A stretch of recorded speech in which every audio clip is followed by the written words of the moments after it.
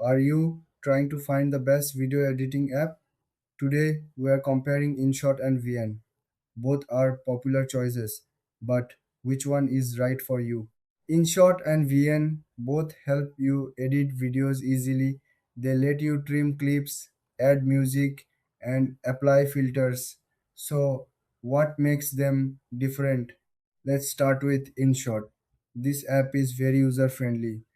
It has a simple layout that helps beginners get started quickly.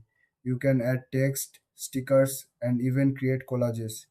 InShot also allows you to adjust video speed, which is great for creative edits. Now, let's look at VN. This app is also easy to use but offers more advanced features. VN has a multi track timeline, which means you can work with multiple video and audio layers. This is perfect for more complex projects. It also has various effects and transitions that can make your videos stand out. When it comes to key differences, InShot is better for quick edits and social media posts. VN is great for more detailed editing and creative projects. In terms of features, both apps have a lot to offer.